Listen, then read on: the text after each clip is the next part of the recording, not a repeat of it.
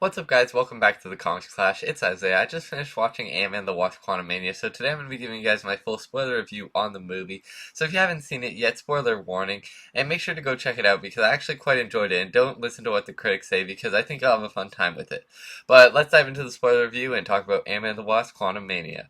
Alright, so to get things out of the way, the easiest thing to say is that Kang is absolutely awesome. Jonathan Majors gives an amazing performance as Kang the Conqueror, and I'm so excited that he is the next big bad inside the MCU. He does an amazing job with the character, and I'm really excited to see what they do with him in the future.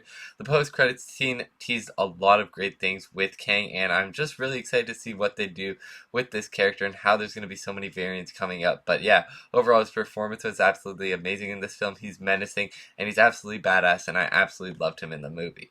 Ant-Man's character is also very great, and I like how they showed his story throughout the movie. We got to see more of Scott and more of his relationship with Cassie. I actually really enjoyed that. We've already seen a lot of Scott, but I like that we got to dive deeper into his character, and I'm really glad that he didn't die in this film like I was predicting. But overall, yeah, I really enjoyed what they did with Scott's character and his dynamic and relationship with Cassie, and I just thought it was a really sweet element to add inside the film, which was really nice because they haven't seen each other for 5 whole years, so that's a long time. They've missed a lot, and I think there was a little bit of emotion inside of that, and I enjoyed that quite a bit. And then there was just exploring the quantum realm, which what I thought was really cool. They had a lot of great ideas throughout it, but there was some stuff that I felt was a little weird. It definitely felt like they were copying off of Star Wars quite a bit.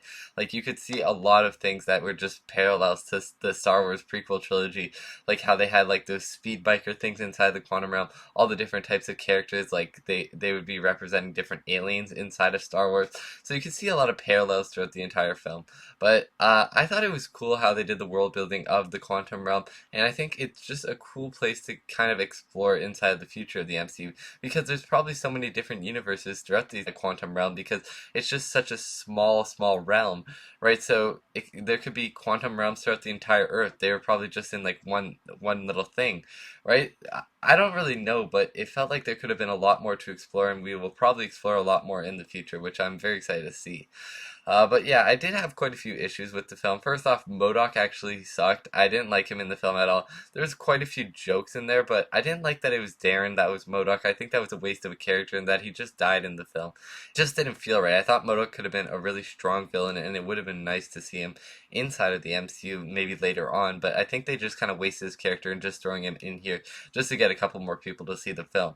But yeah, I didn't really like that they did that with MODOK. I think they kind of messed up his character quite a bit, and just the face, man. It looked absolutely terrifying. It's something from my nightmares, but yeah, I just didn't really like what they did with MODOK's character. There wasn't a lot in there that was pretty good. There's some great comedic moments with him, I'll say that, but overall I just didn't like what they did with his character. Now, also, I gotta say the Wasp and the other characters were definitely underutilized. Other than Ant-Man, Kang, and Janet Van Dyne, Hank and Hope were kind of just sidelined quite a bit, especially Hope because her name's in the title and we just don't get to see a lot of her. She doesn't even have an arc in the film, which kind of sucks, but I guess she's just kind of there to back up Ant-Man, which I really enjoy, and I think she is quite a good character. She's definitely improved over time. I didn't really like her in the first movie, but now I think she's quite a likable character, and I really enjoy her on screen. Now, I will say that the reviews were definitely wrong about one thing, and that was Janet's performance. Like, there wasn't too much there that I actually really enjoyed. The only thing was when we got to see her with Kang, but overall she made a lot of dumb decisions inside the quantum realm, especially not taking Kang's offer to go see her daughter again because she was just going to do that anyways by making an even stupider decision inside the future, as we got to see. So the way things played out for her, I just didn't really enjoy that much, and her performance was just kind of alright. I didn't get why people were praising it so much. But she was fine. She was definitely great to see her in the film again, but I definitely knew she had some trauma inside the quantum realm. And it's kind of weird that Scott was in there for 5 years. She was in there for 30. But Scott didn't see anything at all. He barely scratched the surface of the quantum realm. And Janet got to dive really deep. There was a time difference, but it just felt like Scott should have at least known something about the quantum realm. You know what I mean?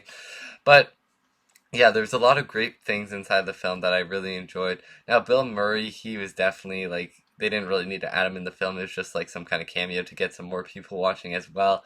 And that was just kind of dumb. There's a lot of little things that I can nitpick about the film, but I had a really great time with it. There's a lot of great comedy throughout the film. It's just a very interesting film that I got easily invested in. There were some moments that slowed down. There's a little bit of a pacing issue inside there, but overall I had a really great time with Ant-Man and the Wasp: Quantumania. And before I give you guys my score on Ant-Man and the Wasp: Quantumania, I just want to talk about the post-credit scenes and what it's really teasing. I love seeing all the Kang variants. It looks like they're going to be a whole powerhouse inside the film. And I'm just so excited to see the Kang Dynasty and what they do with this character. He's just going to be such a powerhouse, and he's going to kick down all the Avengers. It's going to be insane. It's going to be Thanos amped up, and I'm actually really excited to see what they do with this in the future. And then the post-credit scene with Loki, the very end credit scene, I didn't really understand that much, but it did look like it was clipped from Loki season 2, where we get to see Kang and how he's affect the timeline with the TVA and all that stuff. So I'm excited to see Loki season 2. That definitely got me hyped up as well. And it just looks like there's going to be a lot in the future for Marvel, which I'm very excited for. So, without further ado, I'm going to be giving Ant-Man and the Wasp: Quantumania a 7.8 out of 10. It's a really solid film. It's probably my favorite of the Ant-Man franchise. And if you're thinking the same or you're thinking different, tell me down below in the comment section. I'd love to hear your thoughts on the movie. Make sure to hit that subscribe button, and I'll see you guys next time.